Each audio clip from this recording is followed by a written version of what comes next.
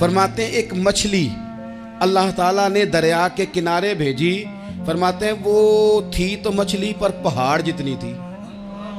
بخاری میں لفظ ہیں، حضرت جابر ابن عبداللہ رضی اللہ تعالیٰ عنہ فرماتے ہیں 300 آدمی 18 دن تک اس مچھلی کو کھاتے رہے، مچھلی ختم ہی نہیں ہوئی۔ مچھلیاں نہیں، مچھلی کہتے ہیں 18 دن 300 بندہ کھاتا رہا، مچھلی ختم ہی نہیں ہوئی۔ اور فرماتے ہیں کہ اس کی ہڈی نکال کے، کانٹا کہیں گے آپ اپنی زبان میں، کہتے ہیں وہ نکال کے نا تو اس کو کھڑا کیا نا جب، تو اونٹ کجاوے سمیت اس کے بیچ سے گزر جاتا تھا، 2 اس کے کانٹے جوڑے۔ فرماتے ہیں وہ اس کا گوشت ہم کھاتے تھے اور اس کی چربی بطور تیل کے ہم جسموں پہ ملتے تھے، بیماروں کو اس سے سکون آتا تھا، تندرستی شفا ہوتی تھی۔ فرماتے ہیں ہم کھایا بھی ہم نے اور کچھ لے کے ہم مدینے بھی گئے، اور قربان جائیں نبی پاک نے بھی اس میں سے کھایا۔ ہم نے عرض کی حضور یہ معمہ کیا ہے، یہ ماجرا کیا ہے؟ تو محبوب نے فرمایا تمہارے پاس غذا نہیں تھی، رب نے تمہارے لیے بندوبست کیا ہے، اللہ نے تمہیں دیا ہے۔ مکان شروع کر لیا، ایک صاحب نے وہ مکان بنانے لگے، آپ وہ حساب لگا رہے ہیں، کہتے ہیں میرے پاس اتنے پیسے ہیں، اتنے میں نے فلانے دوست سے کہنا ہے اس نے دے دینے، اتنے فلانے رشتہ دار سے کہنا ہے اس نے دے دینے، اتنے فلانے سے کہنا ہے اس نے دے دینے۔ یہ ساری کاپی بنا کے مکان شروع کر لیا۔ جو روز کہتا تھا نا کوئی حکم ہو جاتے 10 سب سے پہلے اس کو کہا میاں پیسے چاہیے دین، وہ کہندا ہو کل ہی منڈا ٹوریا ہے، کہتے تو پرسوں 10 داتے لب جانے سن۔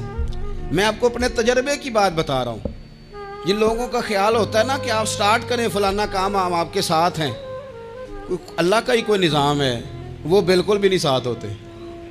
لیکن ایسا نہیں ہے کہ کوئی ساتھ نہیں ہوتا، اللہ تعالیٰ بڑے اسباب پیدا کرتا ہے، وہاں سے دیتا ہے جہاں سے گمان بھی۔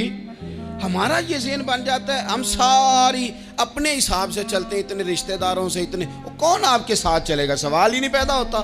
یہ سارے کام چھوڑ کے سب سے پہلے 2 رکعتیں پڑھو، اپنے رب کی بارگاہ میں، رسول کائنات کی بارگاہ میں گزارشات اور استغاثے پیش کرو، وہاں سے خیر طلب کرو۔ دنیا دار کیا دیں گے، کیا دے سکتے ہیں، کیا حیثیت ہوتی ہے کسی، اللہ کہتا ہے وہاں سے دوں گا۔ تو جو اللہ مال دے وہ لینا چاہیے کہ رشتہ داروں کا مال دیکھنا چاہیے؟ جو اللہ دے وہ لینا چاہیے کہ سیٹھوں نوابوں کی جیبیں دیکھنی چاہیے؟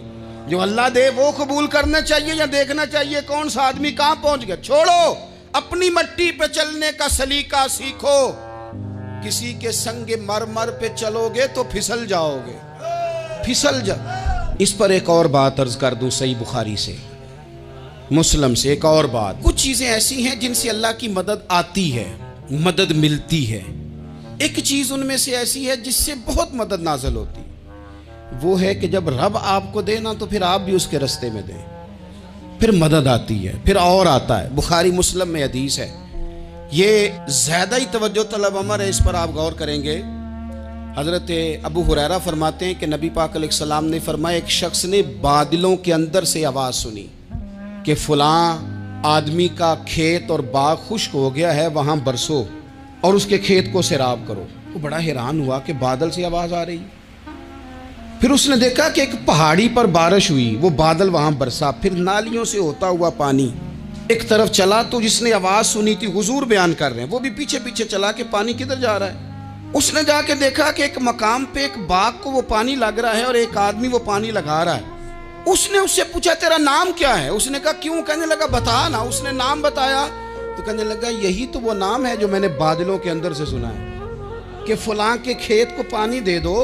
اس نے کہا یار تو کیا عمل کرتا ہے کہ اسپیشل تیرے لیے بارش برسے؟ یہ بخاری پڑھ رہا ہوں، سیاستہ سے حدیث عرض کر رہا ہوں۔ اس سے پوچھا تو کیا کام کرتا ہے کہ جناب اللہ تبارک و تعالیٰ کا حکم کرم آیا کہ خاص تیرے لیے پانی برسے اور تیرے کھیت کو سیراب کرے؟ تو اس نے کہا چھوٹا ذمہ دار ہوں، پر جب فصل اگتی ہے تو 3 حصے کرتا ہوں، ایک حصہ اپنے بال بچوں پہ، بہن بھائیوں پہ خرچ کرتا ہوں، ایک حصہ پورا، اور ایک حصہ دوبارہ کاشتکاری پہ لگاتا ہوں، اور تیسرا حصہ خالص میں نے مسکینوں، یتیموں اور غریبوں کے لیے رکھا ہوا ہے۔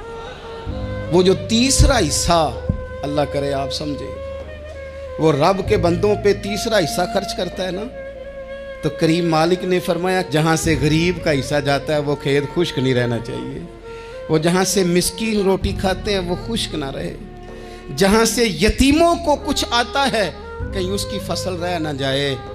میں اور آپ بھی اگر اپنے مال میں مسکینوں، یتیموں، غریبوں کے حصے رکھ لیں گے تو فصلیں خشک نہیں رہیں گی، ان کے اندر تازگی آئے گی، نور آئے گا، کرم آئے گا، خاص کر خدا کی رحمت برسے گی۔